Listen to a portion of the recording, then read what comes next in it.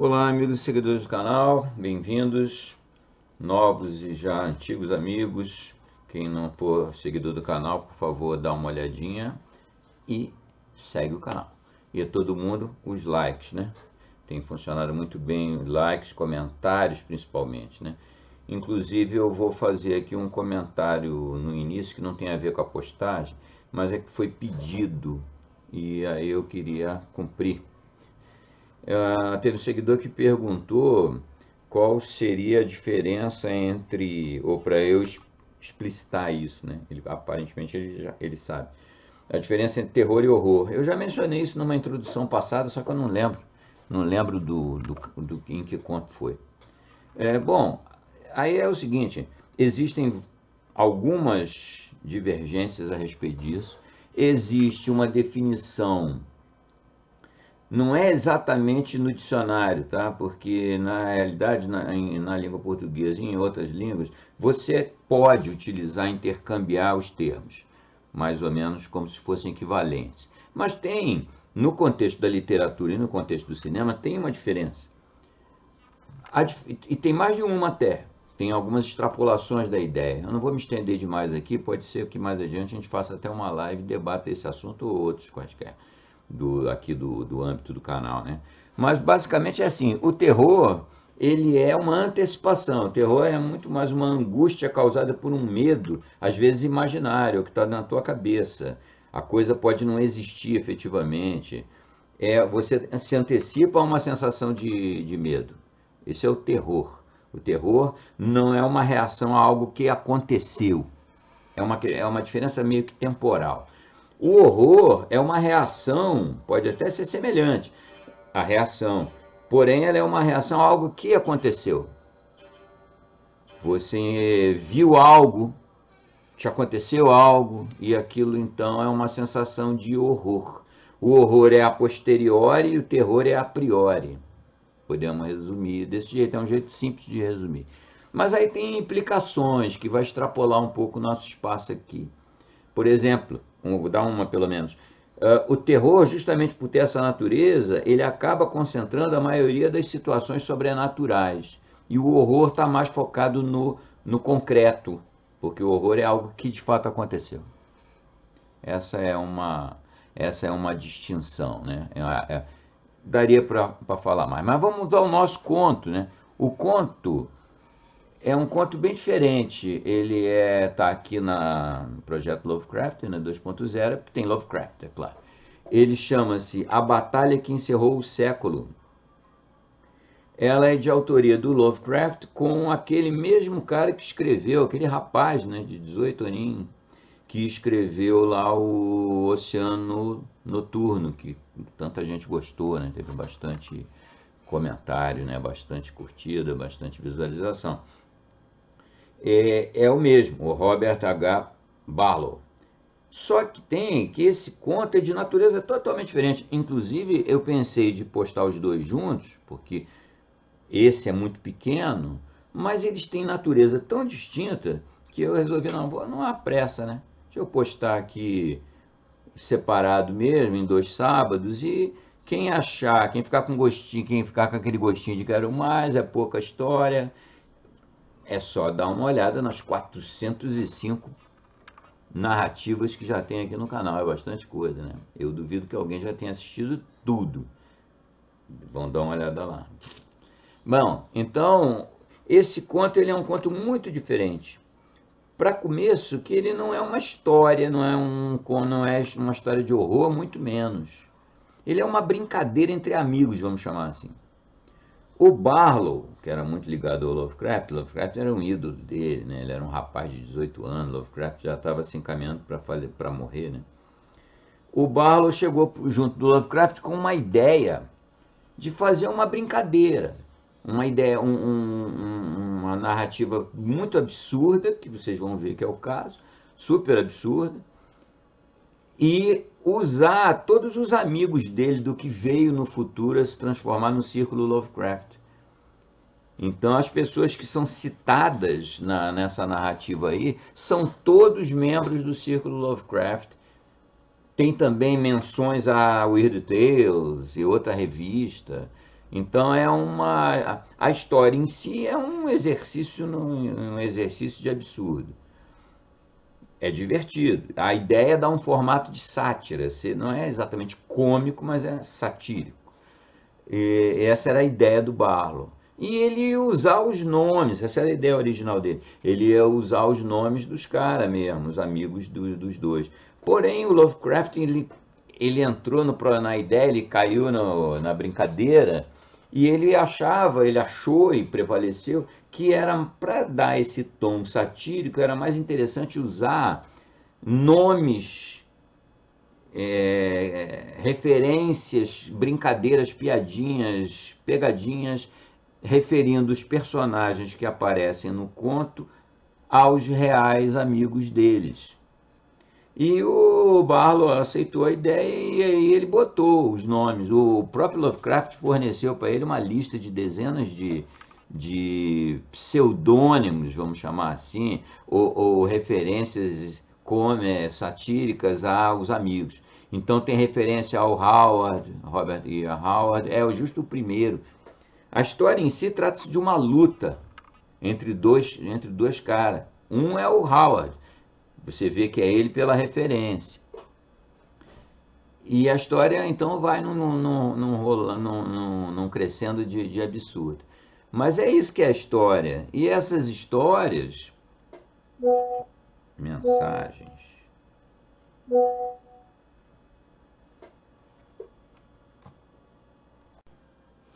O fato é que é difícil para a gente, quase um século depois, você entender as referências. Tem os estudiosos, os biógrafos, né? Inclusive no fim do conto eu faço em formato de nota as correspondências. O nome tal é uma referência ao fulano de tal e assim sucessivamente, como interesse histórico, né? Para quem quiser dar uma olhada lá. Mas é bastante difícil hoje você saber, porque isso era um jargão interno do grupo. Quando eles falavam os nomes que são mencionados fazendo referência aos às pessoas reais, eles não são todos que são óbvios. Tem uns que são. Por exemplo, Clark Ashton, inclusive é uma referência que foi usada em contos, né, de terror mesmo, escritos por diversas pessoas do círculo Lovecraft. O Clark Ashton é um sacerdote atlante e tal, que é uma referência ao Clark Ashton Smith. E essa é a pegadinha deste conto, referindo-se ao Clark Ashton Smith. Mas não é tão fácil assim saber a quem está se referindo aquele pseudônimo ali. Tem referências ao próprio Lovecraft, tem referências ao Van Dray, algumas, o nome, depois que você vê na nota, você vai, lembra, parece. Mas não são todos assim. Mas isso aí também não é tão importante. A ideia é entender o esquema. O esquema é que o Barlow resolveu fazer uma grande brincadeira com os amigos, em cima, botando todos para transitar por uma narrativa totalmente absurda. Esse é o arrazoado aqui do nosso A Batalha que Encerrou o Século.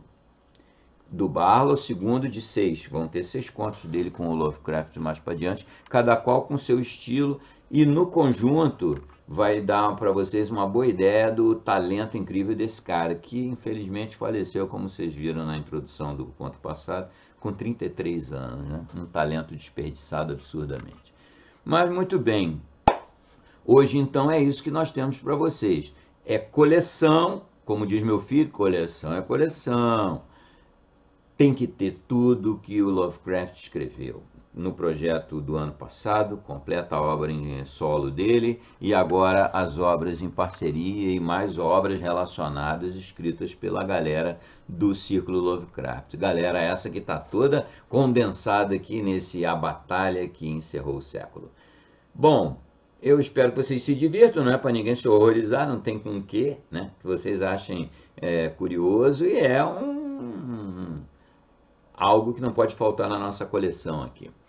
Na semana que vem, no interlúdio de horror ou de terror, depende, vocês que sabem, Depende do conto, né? Então, à luz da nossa primeira conversa aqui na introdução, né? Mas eu vou narrar um conto de um autor clássico de ficção científica muito conhecido, não é nem Asimov nem é Bradbury, antes que alguém se aventure. É um escritor inglês do final do século XIX, início do XX, muito famoso. Vários contos dele foram adaptados para o cinema, invasões de marcianos, um monte de coisa. Só que esse é um conto de terror. Deixa eu ver se ele é de terror ou de... Ele é os dois, né? Ele é mais horror do que terror, porque não tem nenhuma antecipação de nenhum medo. Tem o fato grotesco e bizarro que acontece no fim. Então é um conto de horror clássico, muito interessante. E esse autor não podia faltar aqui no nosso interlúdio de terror. Abração então para todo mundo. Espero que vocês gostem. Quem quiser se aventurar a adivinhar o que vai aparecer aqui na quarta-feira, mandem bala. Saudações, bom final de semana, bom sábado, curtam.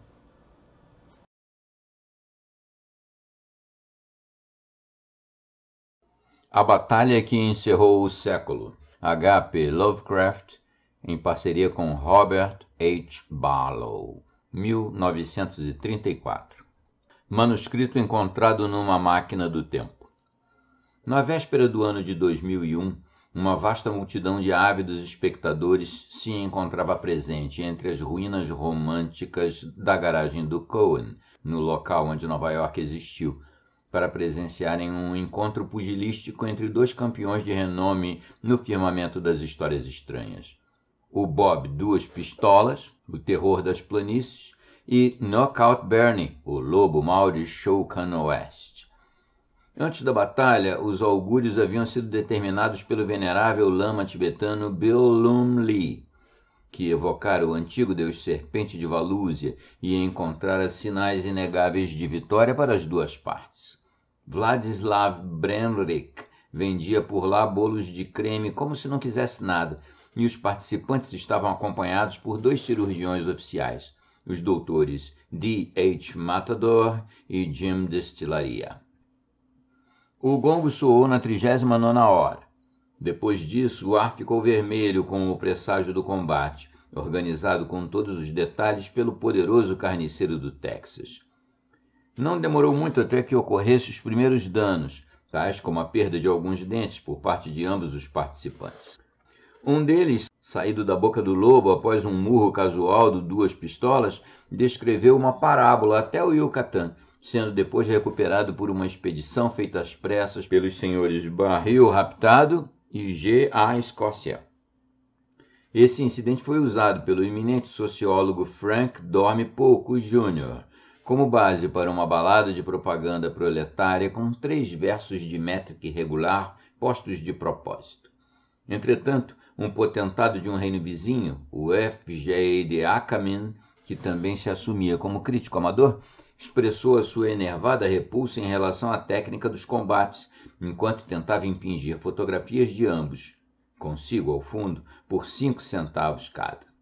No segundo round, a direita robusta de Shoukan penetrou nas costelas do texano e ficou enredado numa variedade de vísceras, o que permitiu ao Duas Pistolas disparar murros poderosos no queixo desprotegido de seu oponente.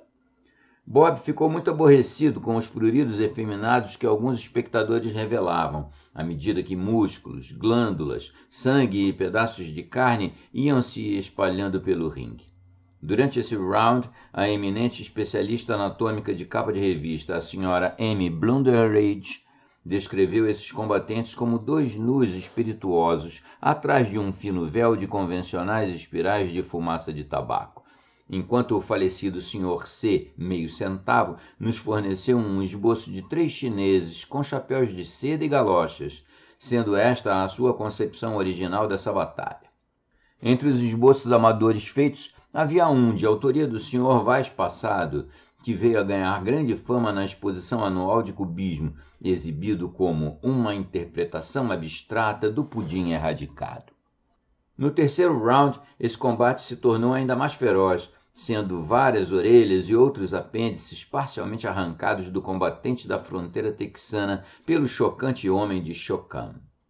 Um pouco irritado, o Duas Pistolas respondeu com 2 golpes precisos, despreendendo muitos fragmentos de seu agressor, que continuou a lutar com os membros que ainda lhe restavam. Todo esse assunto foi alvo de uma reportagem por parte do Sr. LaBlanche Talcum, tendo o texto sido revisto pelo Sr. Horst Power Harthead.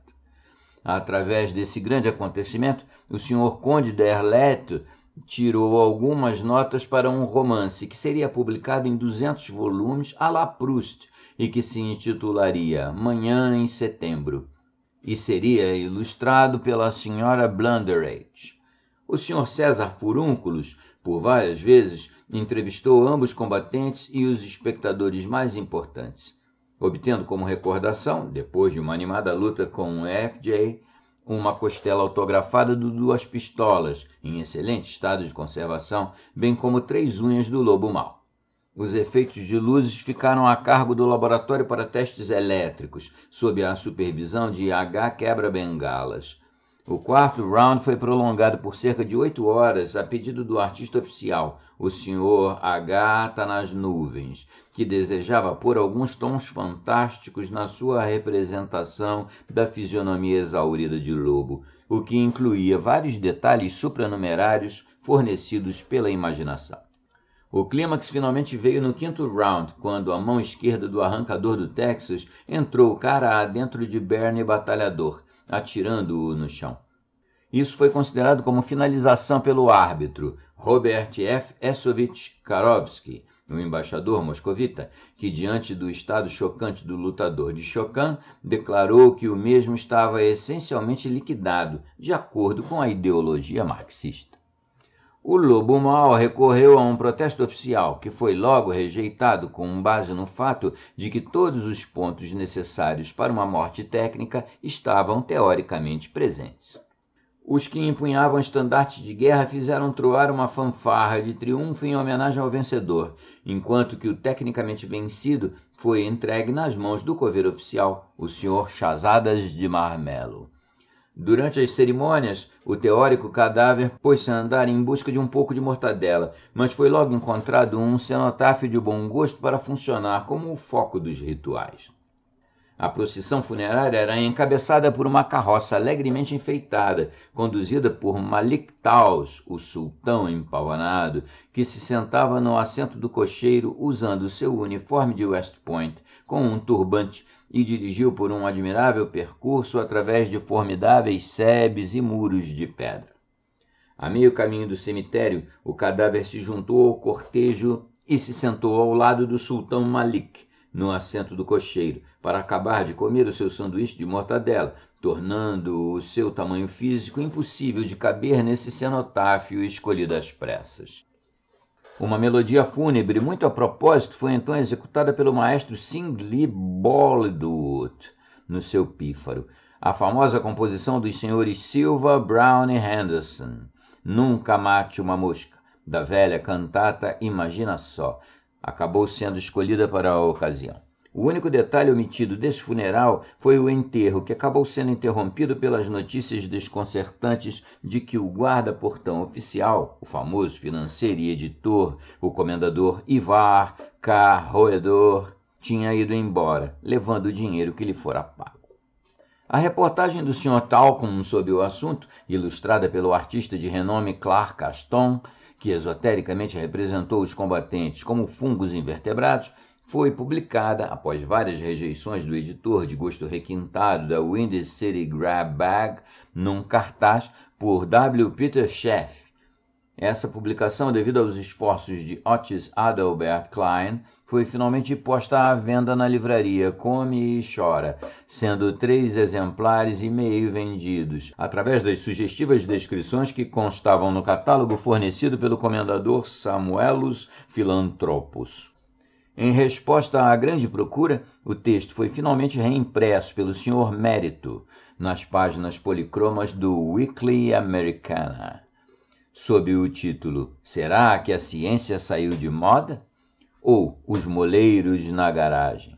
No entanto, já não existem exemplares em circulação, dado que os que não foram logo agarrados pelos bibliófilos fanáticos foram apreendidos pela polícia por conexão com um processo de calúnia movido pelo Lobo Mau, que acabou por ser, após vários recursos no Tribunal Mundial, julgado não apenas vivo, mas o inconfundível vencedor desse combate. Fim. Nota. Segue-se aqui a relação dos membros do Círculo Lovecraft que foram satirizados com apelidos ao longo dessa narrativa que acabou. Eu optei por não ir introduzindo, na medida em que os apelidos foram aparecendo no texto, por uma questão de não interromper o fluxo da narrativa. Agora, está aqui a lista de todos que foram satirizados por interesse histórico e para a diversão de vocês. Bob Duas Pistolas, referência a Robert E. Howard. Lobo Mau de Shokan Oeste, referência a Bernard Austin Dwyer, de West Shokan, Nova York. Bill Lumley, referência a William Lumley. Vladislav Brenrick, referência a H. Warner Munn. D.H. Matador, referência a David H. Keller. Gin Destilaria, referência a Miles J. Brewer. Barril Raptado, referência a Hyatt Verrill. G.A. Escócia, referência a George Allen England. Frank Dorme Pouco Jr., referência a Frank Belknap Long Jr. F.J. de Ackerman, referência a Forrest J. Ackerman. A Sra. M. Blunderage, referência a Margaret Brundage, artista da Weird Tales. Sr. C. Meio Centavo, referência a C.C. Senf, artista também da Weird Tales. Sr. Vaz Passado, referência a Hugh Rankin, artista da Marvel Tales. La Blanche Talcum, referência a Wilfred Blanche Tallman. O Sr. Hoss Power Harthart, referência a Howard Phillips Lovecraft. Conde Derlet, referência a August Derlet. O Sr. César Furúnculos, referência a Julius Schwartz. H. Quebra-Costelas, referência a H. C. Kenning, empregado do Laboratório para Testes Elétricos. A Gata nas Nuvens, referência a Howard Van Drey. Robert F. Esovich Karofsky, referência a Robert S. Carr. O Sr. Chazadas de Marmelo, referência a Seabury Quinn. Malik Taus, o Sultão Empavonado, referência a E. Hoffman Price. O maestro Sing Lee Baldud, referência a E. Lee Baldwin. O comendador Ivar K. Roedor, uma referência a Hugo Germbach. Clark Ashton, óbvia referência a Clark Ashton Smith. Windy City Grab Bag, referência a Weird Tales, naturalmente. W. Peter Sheff, referência a W. Paul Cook. A livraria Come e Chora, referência a Dauber and Pine. O comendador Samuelus Philanthropus, referência a Samuel Loveman. Senhor Mérito, referência a Merit. E, finalmente, A Weekly Americana, referência a The American Weekly.